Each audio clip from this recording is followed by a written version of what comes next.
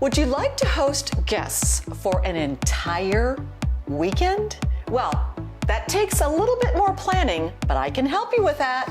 Do you break into a sweat with even the thought of having company? I'm here to help.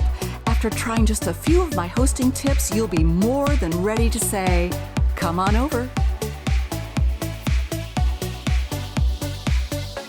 Here are my 7 tips for weekend hosting. Number 1, clean, clean, clean. And I don't mean just sort of clean, I mean deep clean. Because here's the thing about having people for an entire weekend. They are everywhere. They're looking everywhere. They're sitting everywhere. They're walking everywhere. There's no part of your home that needs to be unclean. You wash the dishes. You tidy up the room. You clean the fireplace. And I'll use the broom. And it is a deep cleaning. Meaning you get into those crevices, you wipe down your cabinet doors, anything where you look around, shine a light, you really want to clean those areas. Bathrooms particularly. And if you have the funds, just hire someone to come in and deep clean for you, and you can focus on the next 6 steps. This house is clean. Number 2, and this is critical. You want to make a meal plan for every single day.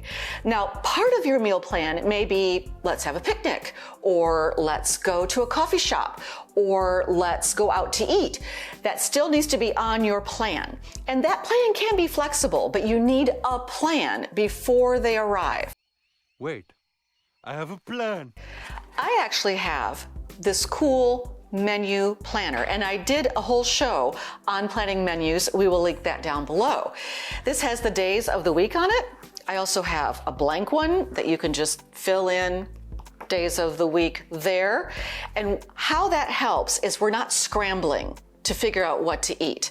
So use that and be creative if you want to be, but most importantly, before your guests even arrive, find out if they have any food allergies or extreme dislike of things, because the whole point is being a great host and making them feel special.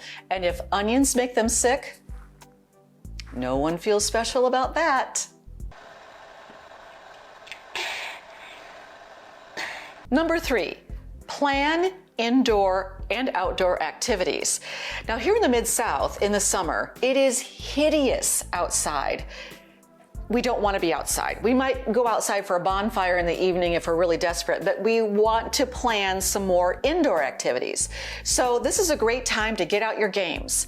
And you want group games. You don't want just 2 people games unless there's just 2 of you.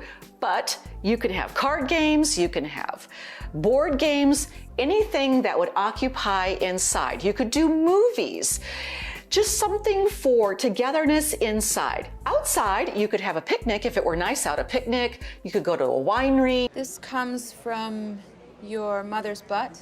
You could go to a sports activity. Sometimes a high school football game is a really good and fun thing to do. So be creative in different things you could do, and also they might have ideas of things they want to do when they come to your town. Number 4, show off your city.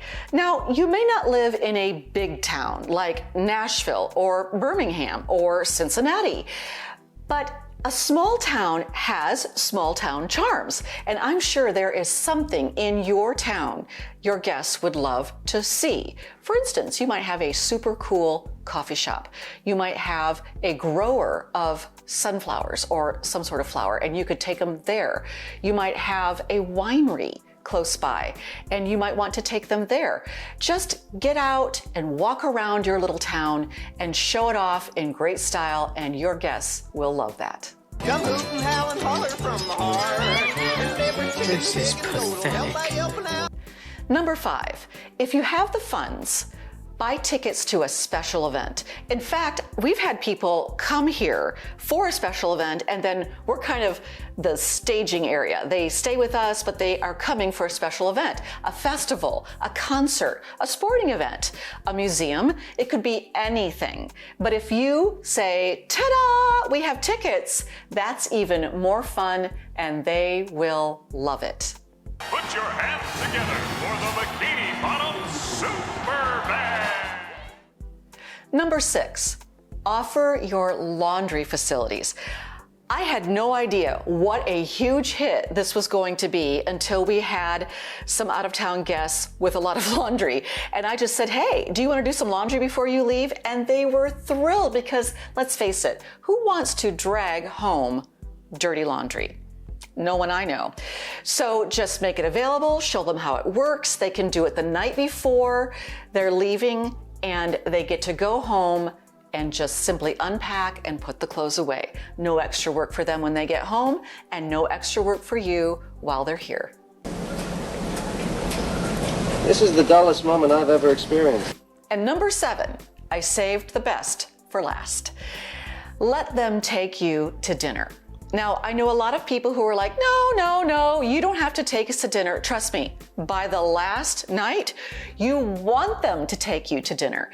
But be prepared for that and have several options. If funds are limited, go somewhere very low-key, a pizza joint, maybe. Even kind of high-end fast food would be just fine. If the funds are medium, you could choose a more trendy place in your city.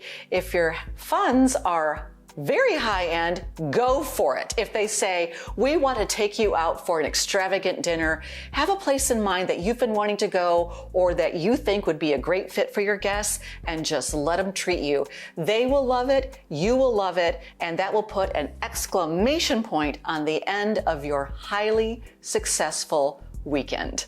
Yes, the bird is very weird. Sorry, little buddy. Keep going, birdie. But you're weird. Clean, clean, clean. And I mean I'm deep so sorry. clean. I squeaked That was before. so good, you squeaker. And number 7, I saved the best for last. Lass? Are we Irish? Scottish? Come on over. Now go make someone feel special today.